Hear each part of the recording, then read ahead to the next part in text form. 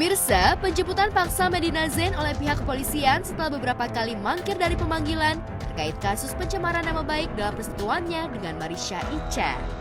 Penangkapan dan penahanan Medina Zain membuat Dennis Charista merasa bangga.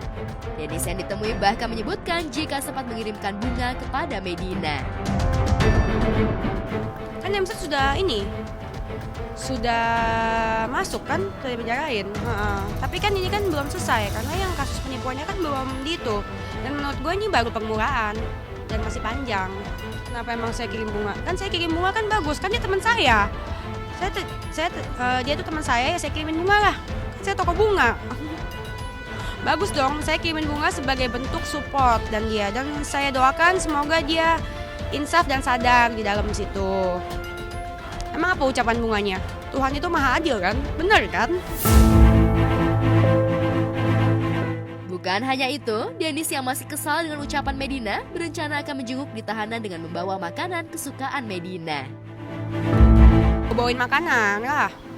Gue bawain makanan, gue doakan yang terbaik buat dia. Semoga dia berubah dan semoga dia sadar di dalam sana. Dan ya memang gue peduli sih sama dia, kasihan sih gitu. Dan menurut gue saat kasus penipuannya berjalan itu menurut gue ya, di pandangan gue itu akan terlihat siapa aja orang yang ikut menikmati hasil, siapa aja orang yang ikut andil, siapa aja orang yang telah menerima aliran dana dari dia, itu akan terlihat. Perseteruan Dennis dan Medina bermula dari somasi atas kekesalan Medina lantaran secara tidak langsung selebgram itu menyebut istri Lukman sebagai penipu. Dennis bahkan disebut-sebut sudah menerima surat somasi yang dikirimkan Medina. Dennis geram sebab dalam isi somasi itu, Medina mengancam Dennis akan melaporkannya ke polisi. Dennis tak terima hingga akhirnya melakukan perlawanan. Sejak kasus itu, nama Dennis seolah muncul dalam setiap kasus Medina Zain. Kabarnya Dennis akan berhenti mengomentari Medina Zain jika ia meminta maaf kepadanya. Benarkah demikian? Kalau misalkan dia berubah jadi yang lebih baik ya pasti gue maafkan. Kebenaran akan selalu menjadi kebenaran dan Tuhan itu maha adil. Jadi lu jangan so jago, apalagi sama gua, ya kan. Buat apa sih jadi orang so jago, ya kan, enakan hidup apa adanya. Jangan nipu orang, karena sudah jelas yang dilakukan menipu, gitu. Itu sama, jangan salah pilih pengacara.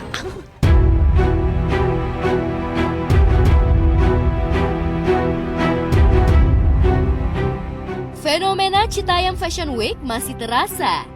Bagaimana tidak, dunia fashion yang terkenal dengan sebutan acara milik para elit seolah berubah dengan kemunculan anak-anak remaja dengan penampilan nyentrik yang berasal dari pinggiran Jakarta alias kota penyanggah daerah khusus ibu kota Jakarta seperti Citayam, Bojonggede, dan Depok.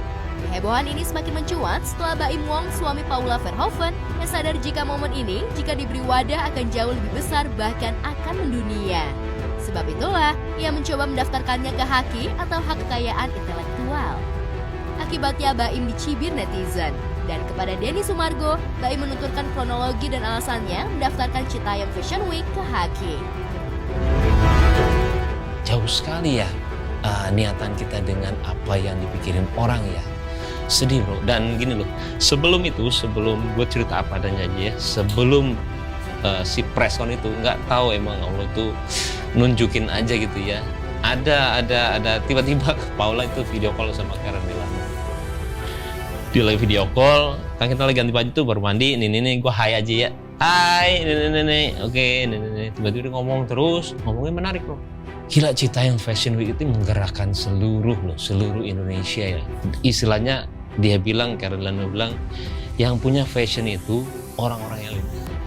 Majalah pun menampilkannya orang-orang elit. Indonesia sebesar ini loh, dan sekarang gara-gara Citayam Fashion Week ini ada Braga Fashion Week, ada di Medan Damai.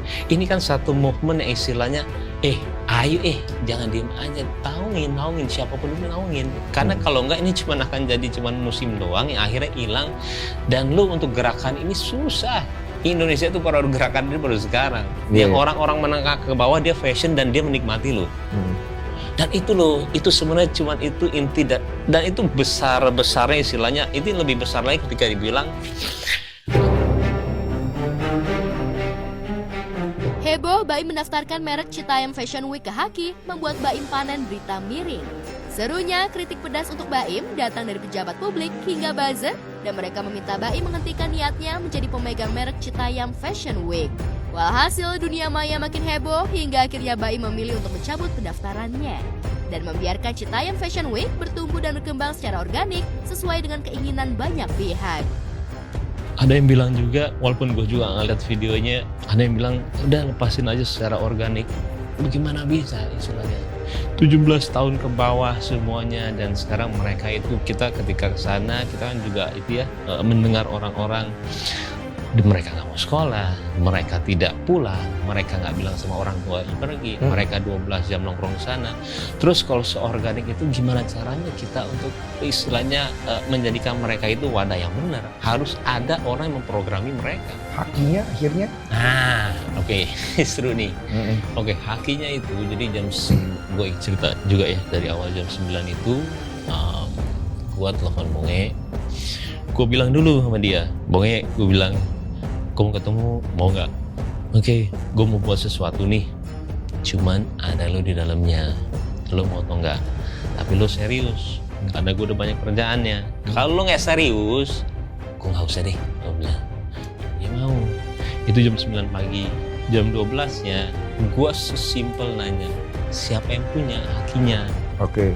Gue mau tahu siapa yang punya. Kalau ada yang punya, gue minta izin sama dia. Ke Bonge? Bukan, ke si itunya yang punya hakinya. Gue mau buat acara nih, Citayam. Iya, Okay. Citayam Fashion Week. Habis itu udah nggak ada yang punya. Gue ada nanya satu orang lah, gue nggak perlu sebut orangnya siapa. Gimana kalau saya itu begini? Nggak apa-apa, karena belum ada yang punya.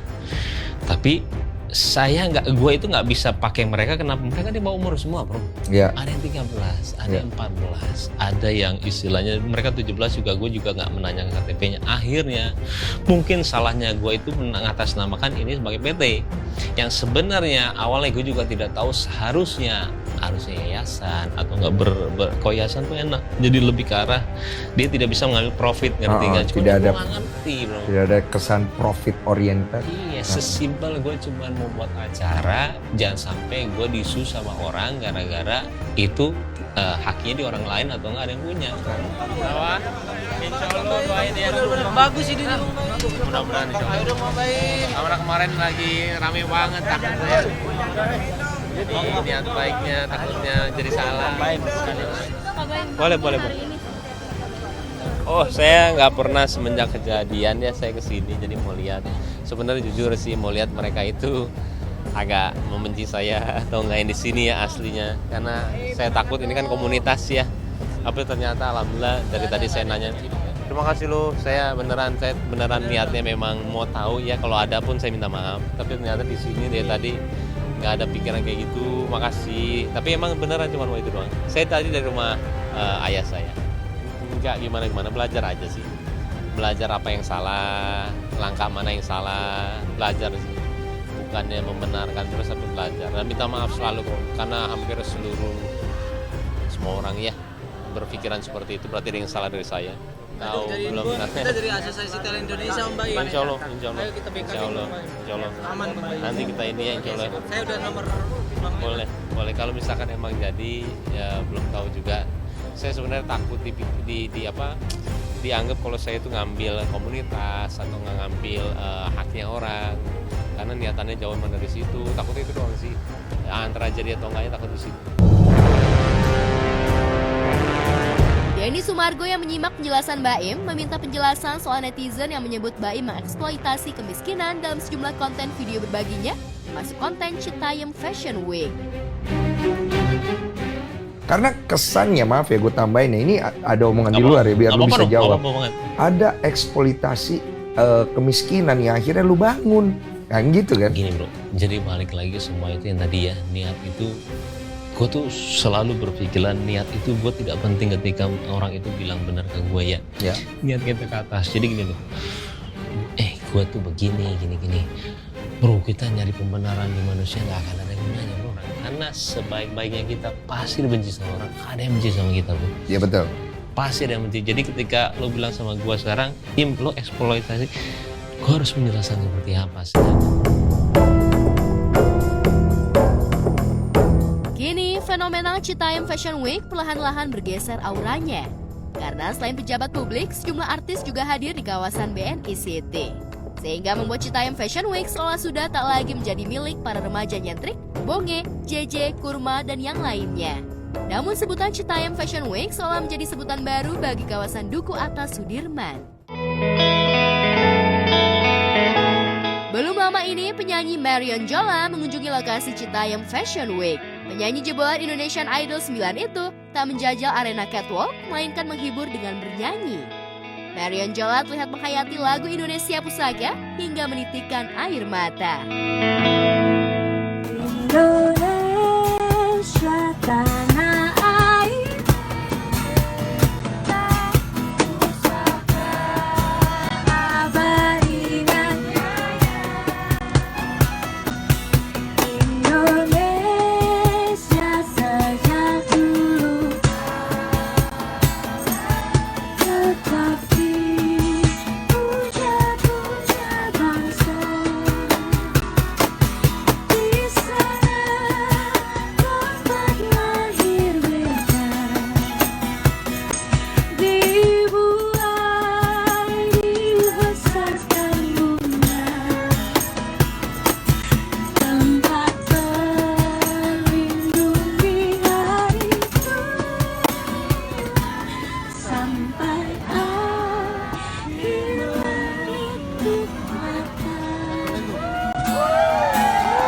Tempat berlindung di hati.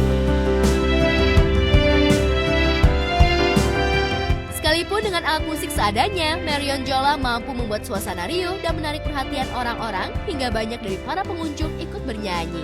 Tak hanya menyanyikan lagu Indonesia Pusaka, Marion Jola juga menyanyikan lagu yang berjudul Jangan.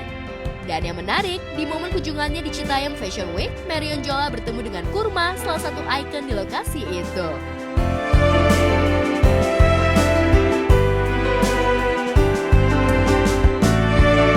Melihat foto Marion Jola dan Kurma, warganet heboh sebab penyanyi asal Kupang NTT itu disebut-sebut mirip dengan Kurma.